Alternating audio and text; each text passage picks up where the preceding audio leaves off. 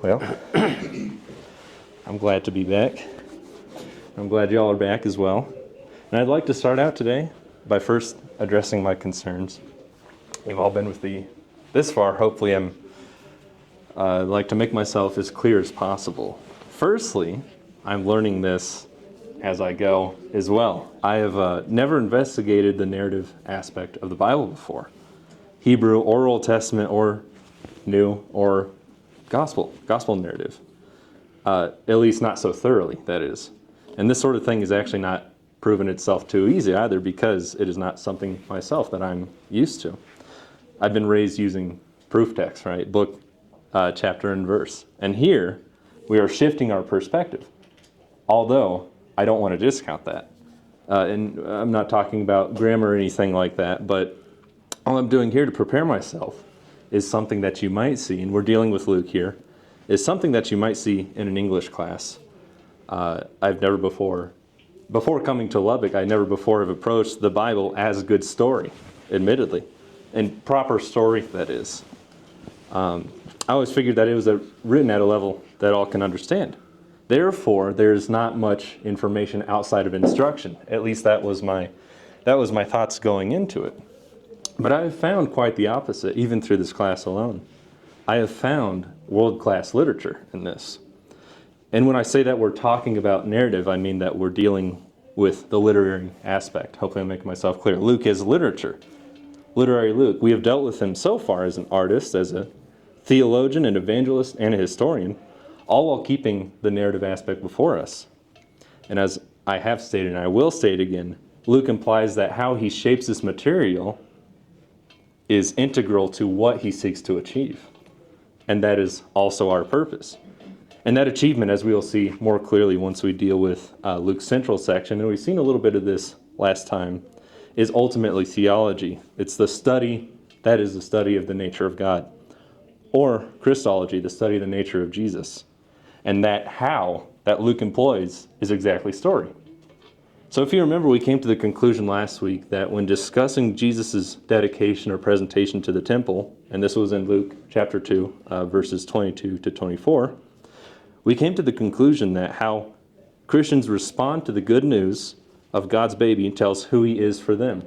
Or even more personally, how we respond to the good news of God's baby tells who he is for us. And that is from a literary reading.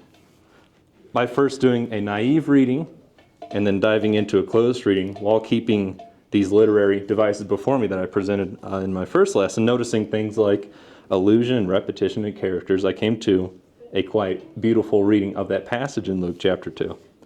I would say, at least. And those three verses, in fact, are probably one of the sole reasons that I chose Luke for this class, is because I remembered a beautiful telling of the birth of Christ and his presentation at the temple.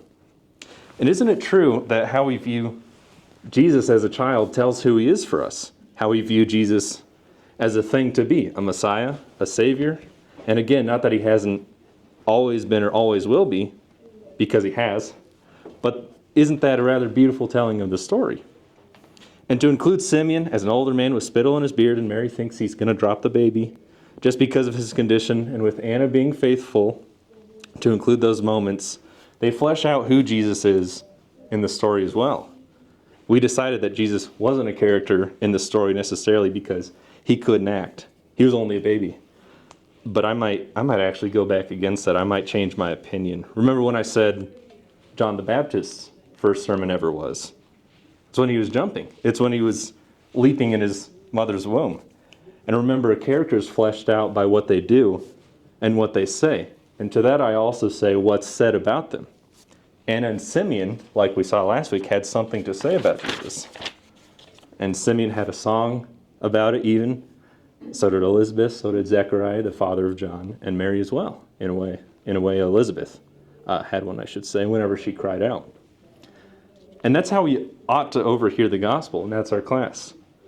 How can we overhear these characters so that we might tell these stories in a way that people aren't necessarily used to? And according to the purpose of this class, that is, to people who have heard the gospel, to people who know the gospel. And I believe attacking from this literary aspect, from this narrative aspect that we have been, is a way that we just might achieve that. Most people have heard Bible stories, but I still say up until I moved to Lubbock, I never heard such a beautiful telling of Jesus' presentation. And by that, just a simple verse story, just 3 verses, I know that how I respond to the good news of God's baby tells who he is for me. We could start at the end and say he died for me and you. And yes, that is absolutely true. But what about all this preamble? What about this preview to salvation? What about why Anna and Simeon exactly?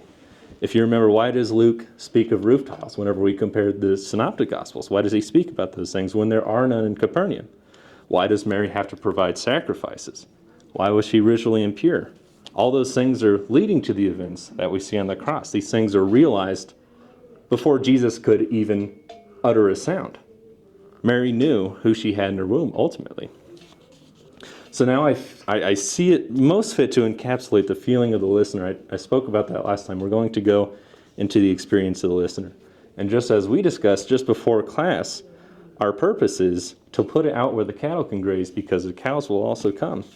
And as per the first lesson, if you remember, we concern method, exactly how to read a Bible story. In that I use a common story. I use Lazarus and the rich man, hopefully a story that we've all heard.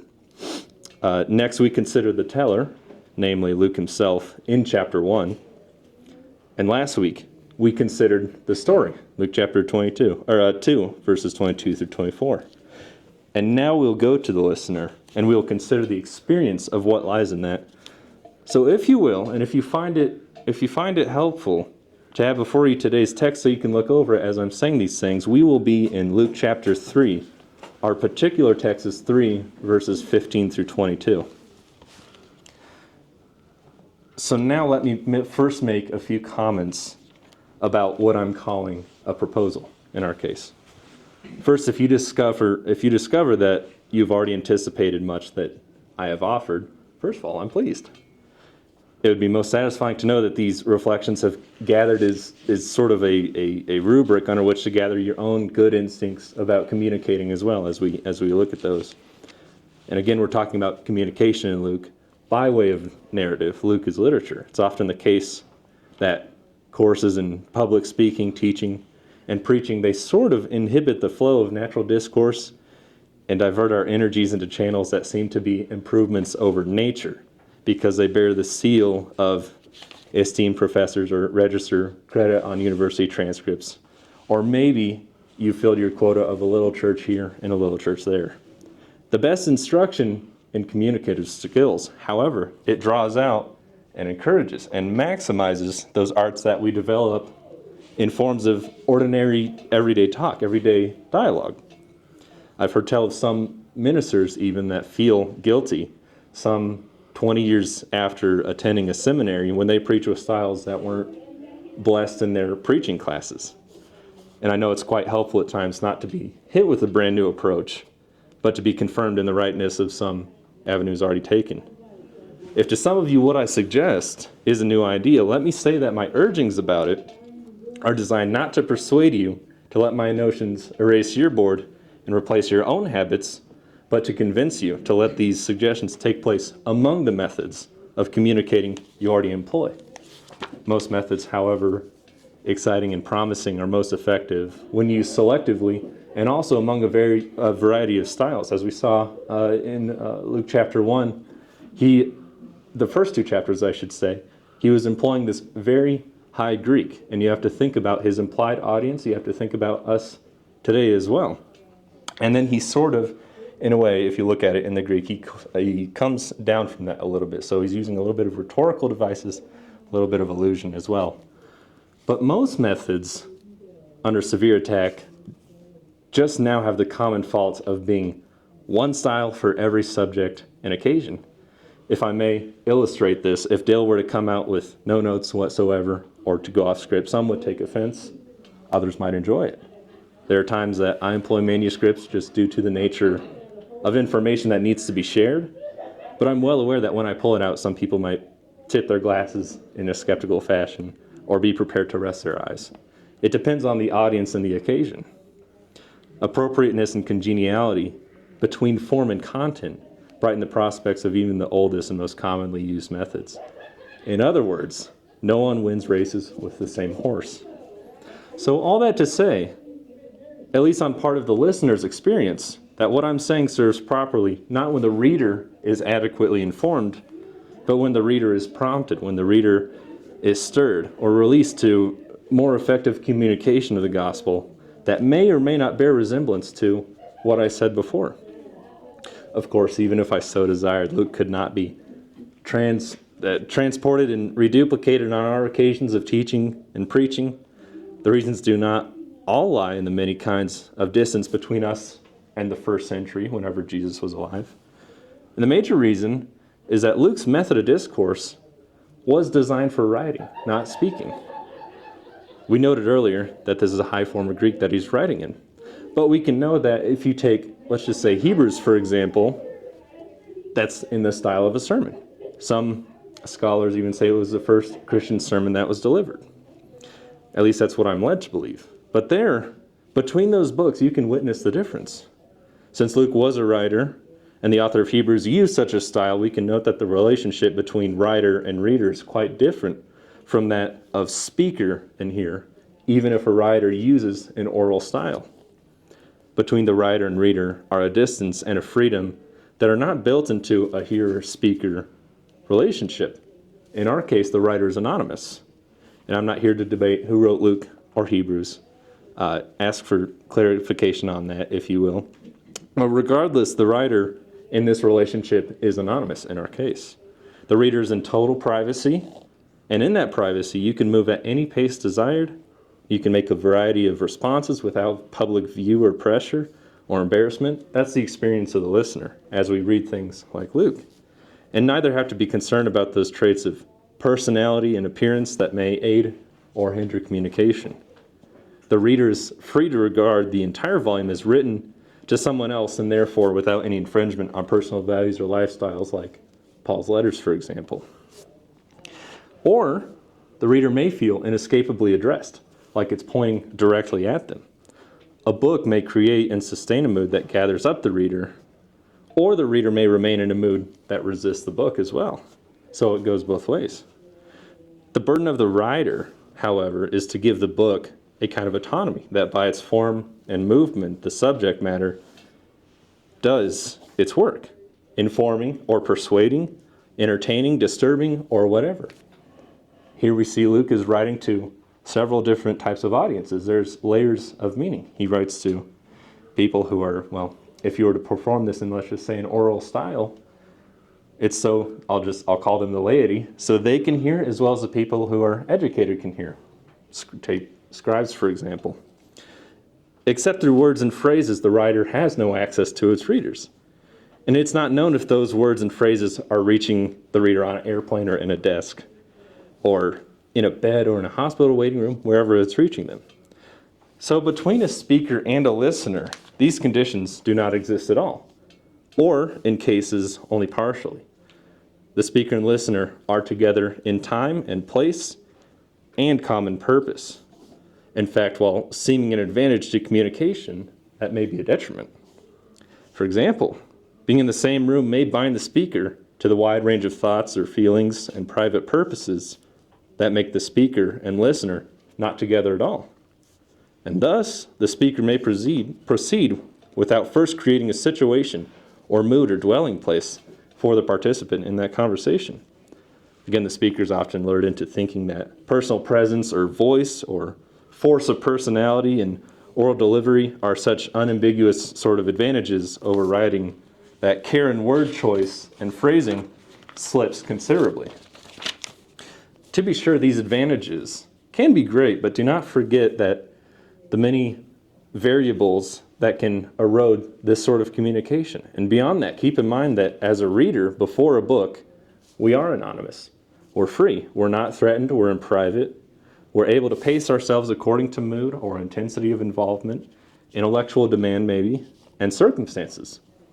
As a listener before a speaker, these conditions do not prevail unless the speaker has the insight or the empathy and skill to create them. Otherwise, we may be really sort of defensive, making sure we remain totally in charge of our own thoughts and feelings and values, especially if it's evident that the speaker is capable.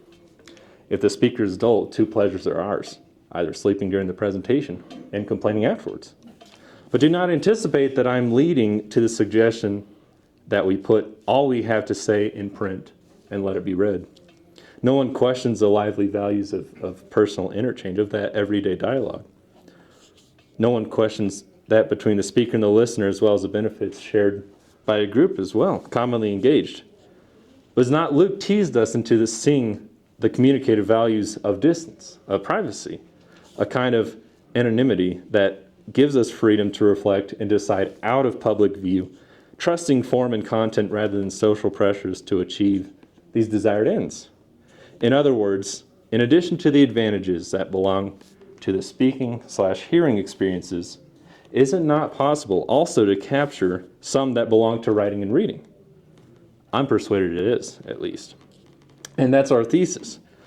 What is called for is ascertaining the dynamic at work and seeking to recreate that. The place to begin is with the reader-listener experience. That is the alpha and the omega of the whole effort. Once we have grasped something of the listener's experience, we will then proceed to talk about ways the teacher/preacher can work to affect that experience, ultimately. If I may call the readers of Luke a listener, the word that's best described to the listener's experience while reading Luke, I would say, is overhearing. This may not be Luke's word for it, but it's not difficult to demonstrate just that. And reading is the experience of that in our case, because that's all we have, essentially. All we have is the text, really. The message in the books are addressed by the authors to someone else or to no one or to everyone. If in reading a book I cease overhearing and begin hearing a word addressed to me, it's because I've appropriated the word rather than being coerced. I'm saying it's directly written to me, like, again, take one of Paul's letters. The reader is always free to reflect or accept or reject and or resolve those. But overhearing conversations might have been a part of our own daily routine as well. Maybe you remember whenever you were a child and you heard a discussion among adults. Maybe those experiences were enjoyable, but also provided some sort of insight or empathy or even vocabulary for our own activity. One such experience of overhearing, which was both causal and accidental, I can recall, was from a gentleman named Soren Kierkegaard. Maybe you're familiar with his philosophical work. He was able to recall years after this occurred as very moving and unforgettable, and decisive in its impact on his life. He was walking through a cemetery late one afternoon when from beyond a hedge he overheard an older man talking to his grandson behind the fresh grave of one who had been son to one and father to the other. Totally unaware of Kierkegaard's presence, the grandfather spoke tenderly, but forcefully, of life, death, and life eternal.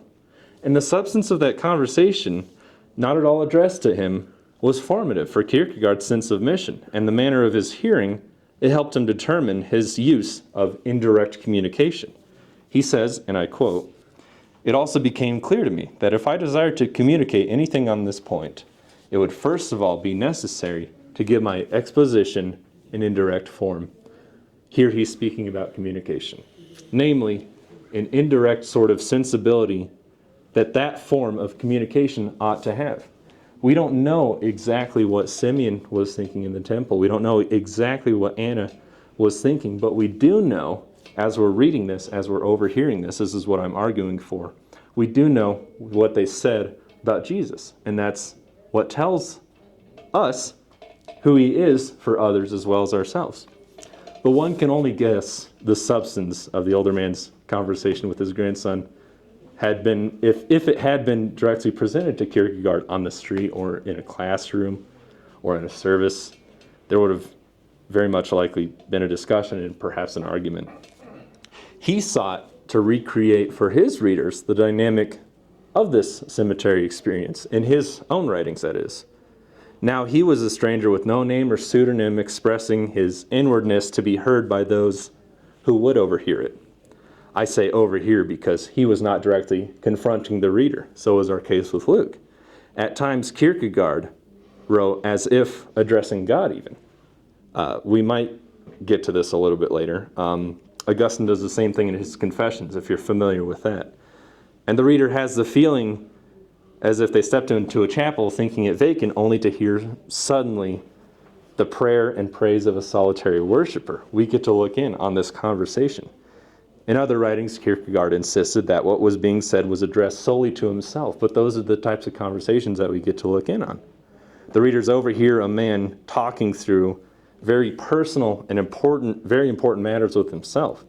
And although he was primarily a writer, he was very much aware that the pulpit could also be the occasion for that impact that sometimes comes when hearing what has not been addressed to you. He noted in his journal that the pastor, who always sends remarks specifically and directly to the congregation, is quite not often as effective as a preacher who speaks to them as though not speaking to them. Maybe you can think of whenever, maybe if you've seen a children's sermon, whenever children come gather down to the front. A breeze moving over the listener's head, or sometimes it quite forcefully stirs them. And I hope you're not resisting already the suggestion that there is potential for effective communication in the dynamic of overhearing, simply because I tied it closely to the efforts of Kierkegaard, because he was a somewhat strange and unusual man, if I'm honest. But were Kierkegaard the only ground for this case, then we would simply be talking over to you about a fascinating oddity with no general application. We'd be talking about nothing. But Kierkegaard's value lies precisely in the fact that he had this uncanny ability to see into life and human relationships and observe the way they are. I argue that Jesus does this with his parables, for example, and we get clued in on this conversation. The reader of Kierkegaard says, of course, why did I not see it? The reader of the New Testament says, of course, why did I not see it? Life, the world, and people are really like that. Once the insight comes, it does not matter whether Kierkegaard or the Apostle Paul or a plumber said it, it's true. So with our present consideration, he did not compose a truth about indirect discourse, and neither am I creating a new approach with this proposal about overhearing. I'm simply asking that you observe how much effective communication takes place this way, in the experience of others and in your own experience as well. So I've related the story of his overhearing, a conversation in a cemetery, and attached it to him. Consider another, more generally familiar story. Under the date Wednesday, May 24th, John Wesley entered a brief account in his journal. He wrote of going unwillingly to the meeting of a society on Aldersgate Street, where one of the group was reading the preface to Luther's commentary on the Epistle to the Romans. Get the picture. He went unwillingly, a stranger reading to a small group, and reading, of all things, the preface. The preface to a 200-year-old commentary. Talk about overhearing. Not a direct, relevant, accusing, promising word addressed to John Wesley, and yet he says, and I'm quoting, about 9:15, I felt my heart strangely warmed. Or consider another. I guess we're getting to this earlier. In Book 8, Chapter 12 of his Confessions, Augustine recalls a torment of his life when he was torn by the tug of the flesh inward, or towards the too vivid memory of his mistresses over against the quiet call of the Spirit of God. Maybe you've read this before. He was in Milan, sitting on a bench under a fig tree. His Bible was open, but his vision was dimmed by tears, ultimately. He heard the voice of a boy or a girl. We can't exactly be sure which, but calling out from a neighborhood house. I don't remember the Latin, but it says, this voice was saying, pick it up, read it, pick it up, read it. And he had his Bible before him. The voice was not, of course, addressed to Augustine in this case, in this scene. And no doubt children were calling to one another in a game. Augustine, having stirred the sound of a voice breaking his solitude as he was meditating, returned to the bench where he left his Bible. He picked it up and read it. And the passage that he read before him was Romans 13, verses 13 through 14. And he read it as if he was flooded by this light of full certainty as all of his doubts sort of vanished. Now, if you've actually read this as well, I believe this to be true, but he employed the point and stab method where you open a Bible and you say, this is a passage I want to read and will apply to me. If that's still too unusual and dramatic, then let's move inside to the assembly of your church and mine here. Some of you can recall those extraordinary experiences of overhearing that came during preaching services. If a preacher was a guest preacher, a stranger to us, his sermons were addressed to possibly the unconverted or to the prospects, if you will, in the room. Those of us who are members in the congregation overheard these sermons delivered in our presence by a stranger, but addressing other people. Many dynamics were at work, but one clear observation pertains. Sitting out of the line of fire, relaxed by freedom and anonymity and distance as well, many church members would find themselves stirred by what Kierkegaard called a breeze passing overhead as this preacher talked. In fact, some might testify to being more profoundly moved and renewed by the experience I'm calling overhearing than when they were among the converted and the sermons were directed straight at them, possibly. And why is that? There's a number of good reasons. Some might have already come to your mind. I'm tempted to pause here to make a suggestion to those preachers who are concerned to do preaching in that way. If sermons to the unconverted are heard effectively by those believers present who really overhear them, would it not be reasonable to assume that sermons addressed to the membership might be effectively overheard by any present who are not yet disciples? Just posing that question. It is not only regrettable, well, it might just be regrettable that visitors who overhear these preachers speaking to the membership quite often find themselves listening in on announcements or possibly scoldings, or what some might call faint pep rallies in our case. Or reflect for a moment on that phenomenon that's currently in vogue in many of our churches. Again, like I said, the children's sermon. Early in the worship service, the children are gathered at the front of the assembly where they are treated to a sermon that's designed specifically for them. The preacher who does this effectively is oblivious to the adults present, a condition that works to the advantage of the children, or that works to the advantage of the adults, rather. And it's not uncommon to hear adults speak favorably of the children's sermon, some even preferring it to the main sermon of the morning.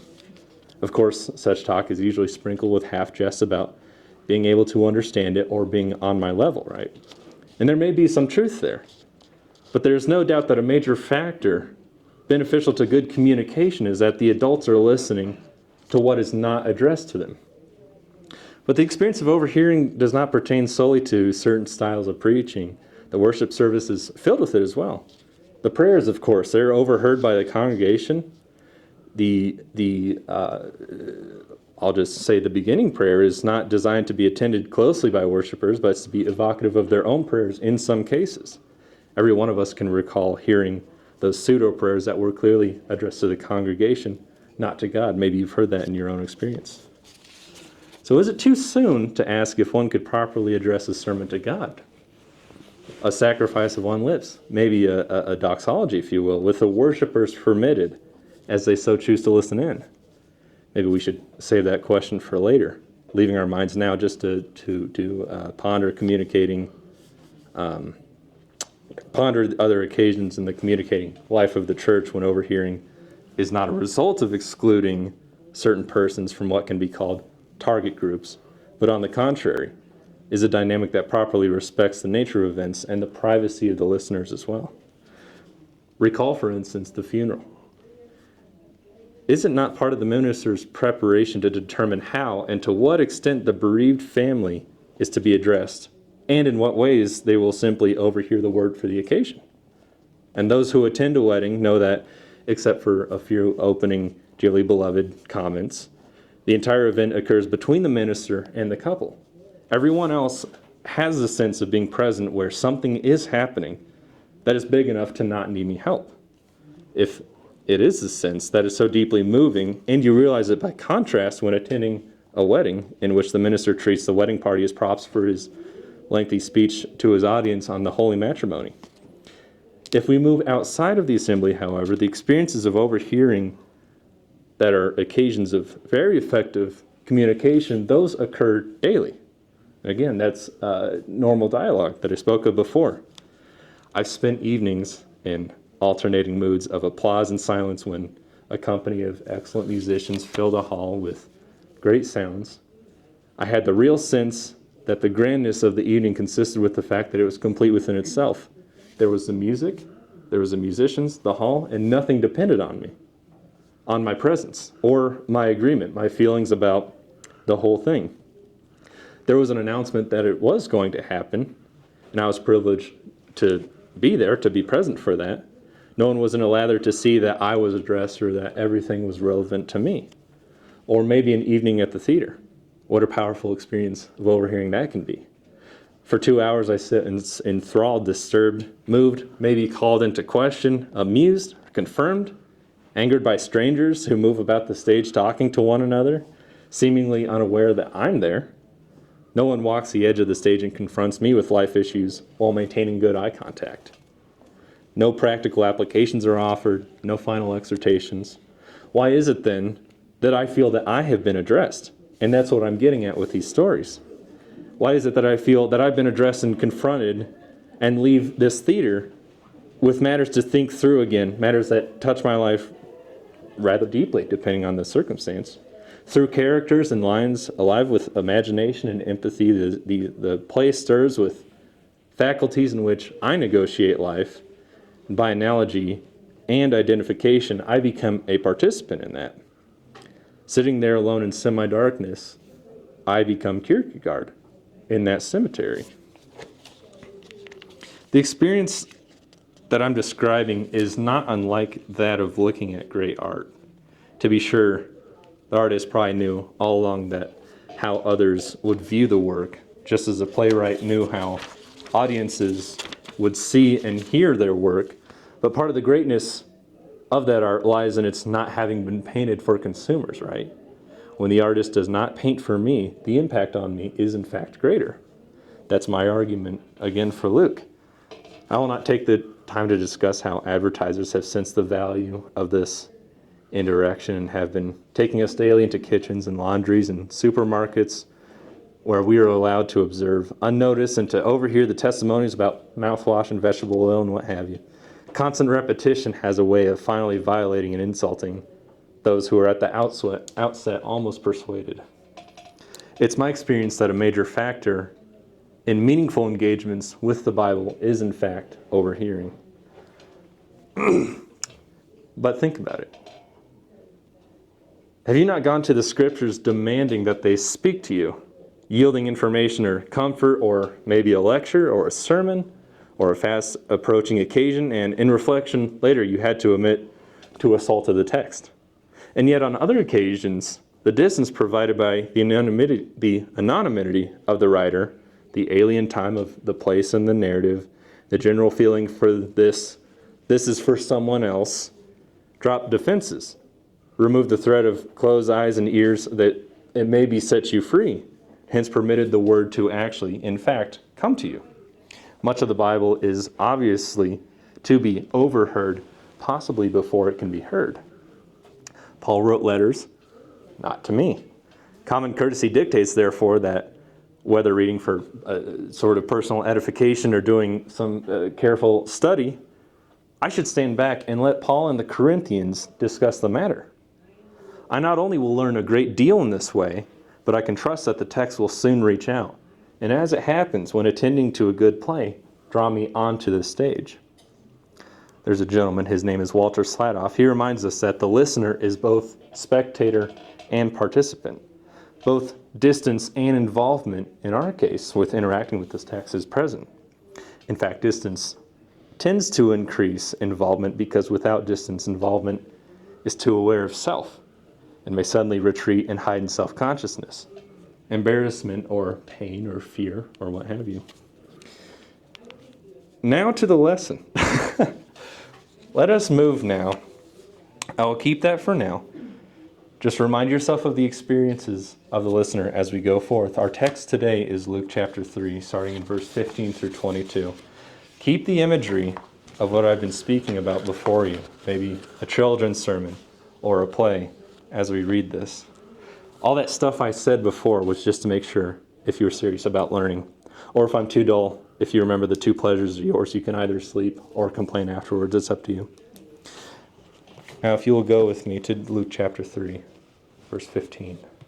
It says, "While the people were filled with anticipation, and they all wondered whether perhaps John could be the Christ, John answered them all, I baptized you with water, but one more powerful than I am is coming. I am not worthy to untie the strap of his sandals. He will baptize you with the Holy Spirit and fire. His winnowing fork is in his hand to clean out his threshing floor and to gather the wheat into his storehouse. But the chaff he will burn up with an inextinguishable fire. And in this way, the many other exhortations, John proclaimed the good news to the people. But when John rebuked Herod the Tetrarch because of Herodias, his brother's wife, and because of all the evil deeds that he had done, Herod added this to them all. He locked up John in prison. Now when all the people were baptized, Jesus also was baptized. And while he was praying, the heavens opened, and the Holy Spirit descended on him in bodily form, like a dove. And a voice came from heaven, "You are my one dear Son. In you I take great delight." It says, now when all the people were baptized, and when Jesus also had been baptized. Now Luke here says that Jesus was about 30 at the time when he shook his shavings from his carpenter's apron. He folded it on the bench. He went into the house to say goodbye to his family, and he made his way down to the valley of the Jordan River. We don't really know why this particular day or this particular time. What was he prompting? Maybe something said in the rabbi's sermon in the synagogue, and Jesus knew that this was the time. Maybe listening to the reading of Scripture, and he heard his own name. And that's what we all do when we listen to Scripture. We listen for our own name. And he heard it. Maybe that was it. I don't know. Maybe some of the other men, the community of Nazareth, passed by the shop and said, "Jesus, we're on our way to the Jordan." And they heard about John, and they went away singing, "Shall we gather at the river?" And Jesus closed the shop and joined them. I don't know. Maybe in his own quiet meditating time. I don't know how God spoke so much to him. Maybe in his early mornings, sitting on the back step before the family wakes, holding a cup of coffee as though it were a small stove in the cool air. Maybe. On the evening, walking down the back roads of his mind, beside the rivers of his own memory, looking up and seeing a star, and hearing the rustle of a wing, and he knows this is it. Historians of Jesus have taken to giving his mother credit for the prompting that sent him down to the river. And it might have been. She was a remarkable woman. Luke said that she pondered things in her heart. She was not a pushy mother. She would let him grow, if you remember. Just as Samuel grew. We compared Jesus to Samuel last time. She didn't shove him into the showcase of the world at age 12. She didn't enter him into all the miracle contests with the boys and girls of Galilee. She let him grow. And besides that, she was busy. I don't know how much time she could give to him anyways, because after all, after Jesus was born, Mary and Joseph had lots of children. They had sons and daughters, says Luke. They had 4 boys. Do you remember their names? The 4 sons and, well, I give it away. The 4 sons that Joseph and Mary had?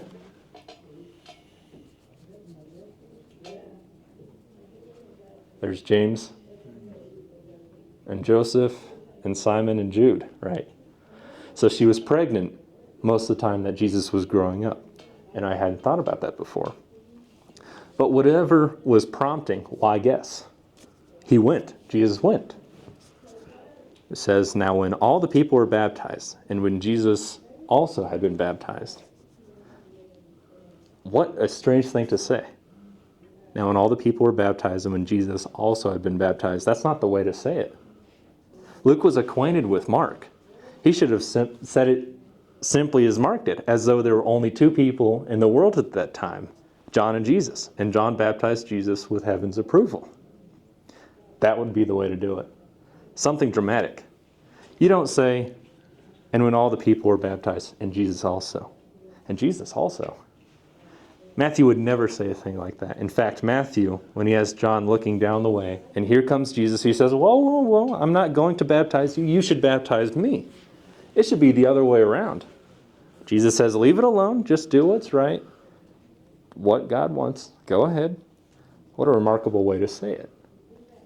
There was an early church father named Epiphanius, and this will be on the test. Epiphanius said he heard that when Jesus was baptized, there was a bright light that shone from heaven upon the surface of the water. We know that Jerome, another church father, the church historian and translator he's called, said that he heard when Jesus was baptized, fire spread across the surface of the Jordan. Now that's the way to tell about Jesus' baptism. This is no ordinary person. At least Luke could say, John told Jesus, oh no, not with the rest of them. When I get through with the crowd, we'll have a special private service just for you. You're different. You know why I don't like that? Because it sounds like a line. A line of people being baptized, and there's John at the edge of the water just saying, next, and it's Jesus. I don't like lines.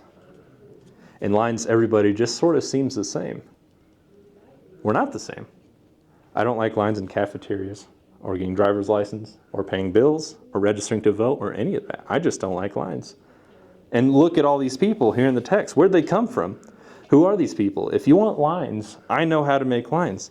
One for ministers, one for staff, one for people who make over $100,000 a year, one for less, one for those who live in gated communities, one for those who live in trailer parks. I know how to make lines. There's a line for those who own and a line for those who rent. Now Luke doesn't know how to make lines. Luke gives the impression that it's all just one line. He says, now when all the people were baptized, and when Jesus also had been baptized, that just puts him in a line. Do you want him in a line? Beyond that, Luke goes to say who was in the line, and what an assortment. The poor were there, says Luke, and of course they were there. The poor always shows up. Those who go through life with nothing but a handful of ashes, when anybody comes along preaching the riches of God's good grace, they're going to show up. Whether it's in a cathedral, or in a foyer, or under a tent, or in a cotton field, they'll be there. And why not? Some have theirs now, and we'll have ours later. Let's go to the meeting, right? Luke says the rich was there. That doesn't surprise you. The rich was there.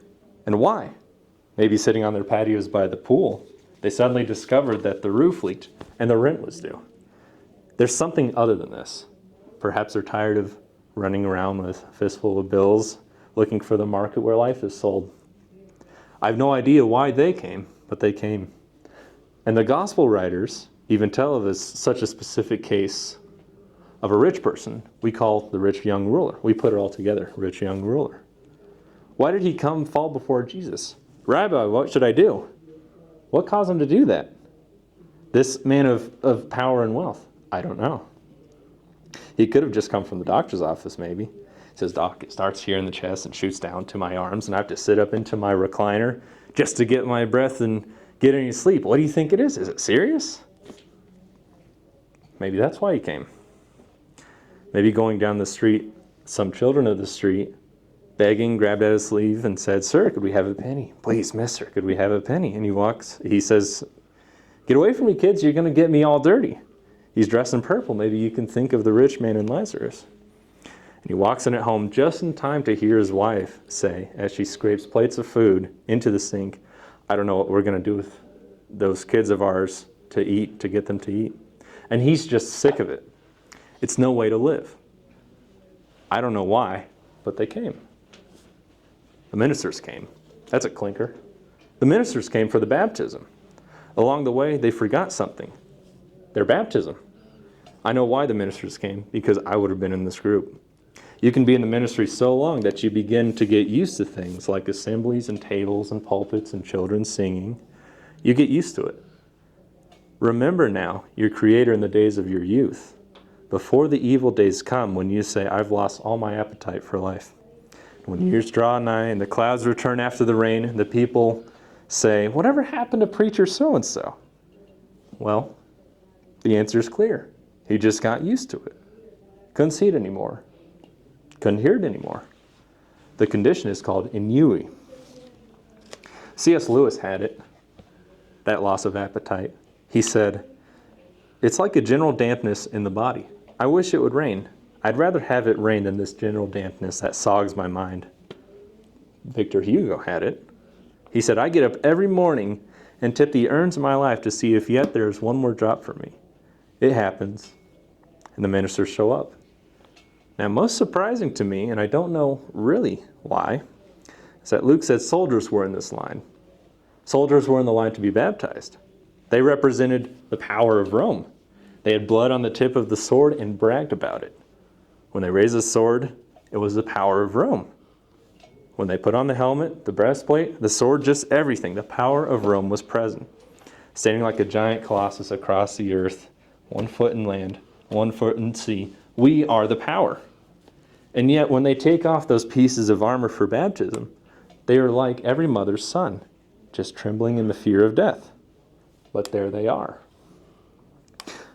I wonder where Jesus was in this line.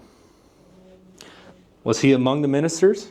How are you doing, brothers and sisters? Maybe he said, I don't know. Maybe with the poor? Maybe. He could have been among the rich. Could you see Jesus standing among those soldiers? They say, next. And I don't like that word, next. It's Jesus we're talking about. Next in line. It says, when all the people were baptized, and when Jesus also. Now I can recall the time of a preacher. He was in a line once. He was in a terrible line. It was in a medical center. He'd become paralyzed with Guillain-Barré. He'd never heard of it until he had. And he was totally paralyzed. And suddenly, he taught on Thursday, paralyzed on Friday. Doctor stared at him and said, we don't know what it is, but we'll try. Nobody knows really what it is. But he knew he was paralyzed. Weeks and weeks and weeks of therapy. And finally, the leader of this therapy program.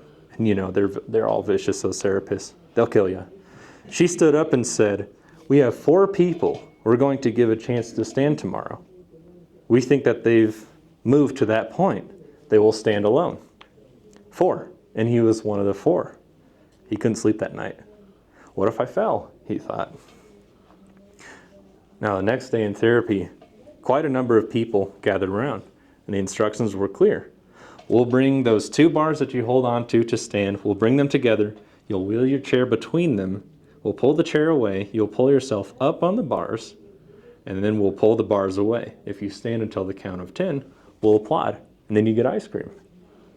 Charlie was first. Old Charlie had a stroke. He drooled. He could hardly speak. His mouth was drawn.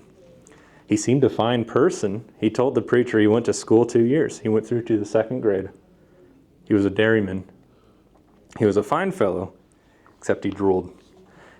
He didn't like to eat with him, this preacher, because he drooled.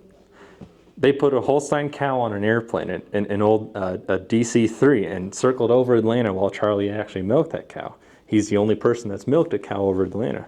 And he told the preacher that story 897 times. Now, Charlie was first. He went out there, and they were all hoping and praying. They pulled the bars away. Charlie stands, 1, 2, 3, and he went down.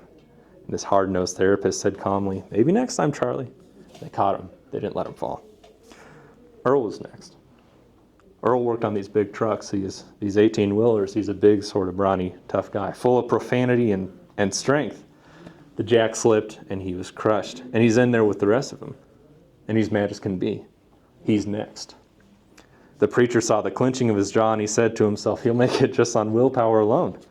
They pulled the bars away, and they counted to 20. He was a tough customer. And they all applauded, and he got ice cream. Elizabeth was next. She was number 3. She was a single woman, a retired school teacher. She had a single car accident. I was not drinking. I didn't say you were drinking. Well, you looked like you were about to say I was drinking. No, says this preacher. She was a nice lady, but she didn't like your therapist. Preacher says, what's the matter? She says, she treats me like a child. Why do they treat us like a child? We're not children. He says, oh, she doesn't do that. She's a nice person. Yes, she does. You get on the cot to me tomorrow and exercise and listen. So he got on the cot. She had a crushed pelvis, and the therapist was moving her leg out to one side. Then he heard Elizabeth say, oh, that hurts. And the therapist said, the reason that it hurts is that you're feeling a lot of pain in the area of your discomfort. Well, the preacher said, you're right, Elizabeth. They pull the bars away. She stands. 8, 9, 10, she made it. They applauded, and she got ice cream. The preacher was 4th and last. And he waited and waited and waited. He wanted to be introduced. Next we have Dr. So-and-so. Reverend so-and-so, and the distinguished professor of New Testament and preaching at so-and-so, and so on and so on. You know what she said? She said, next. And he moved up there. He was determined. He was trembling, but he was determined. They pulled the bars away. 7, 8, 9, 10. And he made it. He stood alone. He got ice cream. He didn't like for anybody to call him and say next. He has a name. He's different from others. Lines are just demonic. He tried to get that clear in his head when he was invited to a church in New York some years ago. The current preacher of that church came up and said, "Can you come and fill the pulpit? I have to be away," and so on. He said yes. It was in the summer. He was free, so he went to New York. He said, "You can stay in my apartment. It's near the church. I'll actually tell everyone that you're coming." And so he told someone to let him in, and he went into his apartment. The preacher of that church was a bachelor at the time, and you could tell it was a terrible apartment. There were sheets of paper on the floor with arrows pointing in different directions. An arrow pointed this way, that said kitchen, another this way that said bedroom, another one this way, and he was pleased because otherwise he would never have known one room from the other. He was a great preacher, but he didn't keep up with the house. Our preacher went to the kitchen next morning after getting some sleep for the night. He went to the refrigerator for breakfast. A note on the refrigerator said, "There's nothing in here. Don't look inside." Of course, he looked inside. There was nothing in there. He was told to go to the church because there's breakfast there. And he thought, well, great. I'll eat with the staff, find out where I'm to sit and stand and who does this and that. Complete orientation. Good. He grabbed his suit and walked to the church. When he got there, there was a line down the side of the building and around the next corner, eventually over 250 men from the street. He got in line. Next, and he went to a little window, got a scoop of egg, a sausage, a biscuit, and a coffee. And they kept going. He said, next. He found a place at a table across from a man who had seen better days. He still had links on his cuffs, that is, worn and dirty as they were, but they ate. Finally, the preacher said to him, "Where are you from?" He said, "Well, here in Albany." "What'd you do in Albany?" "Stockbroker. I was doing well. But then the bottle got me. I lost my house, I lost my job, I lost my family, my marriage, everything. Here I am. My daughter said I could live with her as long as I stayed sober, but she didn't want to raise her kids around an old drunken man. I was sober for 4 or 5 weeks, and then I couldn't do it. So I'm back." "Where are you from?" Preacher says, "Georgia." "What do you do?" "I'm a preacher." And he laughed. He said, "It gets all of us, doesn't it?" When he said that to him, he wanted to get up and take a knife and hit the glass to get everybody's attention, to stand up on the table and say, "Listen, in a few minutes, I'll be in one of the greatest pulpits in America, and you'll be back on the street. I'm not like you." But he didn't, because that would not have been true. There's a sense in which it does not matter whether you're standing on the center of a podium at the Olympics, gold medal around your neck, crying through the national anthem, or wheeled in an iron chair into the back of the assembly. There's a sense in which no difference. You can be at the peak of your earning power, or you can put your head in the post office window and ask, "Are the checks going to be late again this month?" There's a sense it's the same. You can bow your neck to receive the doctorhood from the university, or you can enroll at a night class on how to read. In a sense, it's all the same. And according to our passage, I'm here to announce that the invitation into the kingdom of God is just quite simple. And we can notice this through this narrative, this literary reading. Jesus is in line, and there's just a voice that says, "Next." Now for next week, we'll be in Luke chapter 6. We will continue, I do not have enough time today, we will continue discussing the reader's experience and all what is entailed in that. Our particular passage is Luke 6, verses 27 through 36. But I would have it, again, if you remember our list of conventions, prefer if you read the whole chapter so you can get a greater context for this. But let's end in a prayer, if you will, if you would bow with me. Dear Lord, thank you for this day. Thank you that we are able to learn in such a manner that draws us in and allows us to draw in other people as well, those who have heard the gospel, those who know the gospel. And thank you for allowing me this time to learn along with everyone here how we might preach and teach to just those people who have heard these stories, who know these stories, how we might approach them, how we might live in these pages. And I mean living in these pages as well. I thank you for such an opportunity. I pray that we walk forth in a spirit of humility as we go forward, as we discover more about your word. We discovered last week the beautiful dedication of you at the temple, and what a powerful message that was. With all of that in mind, and in your name that we pray, amen.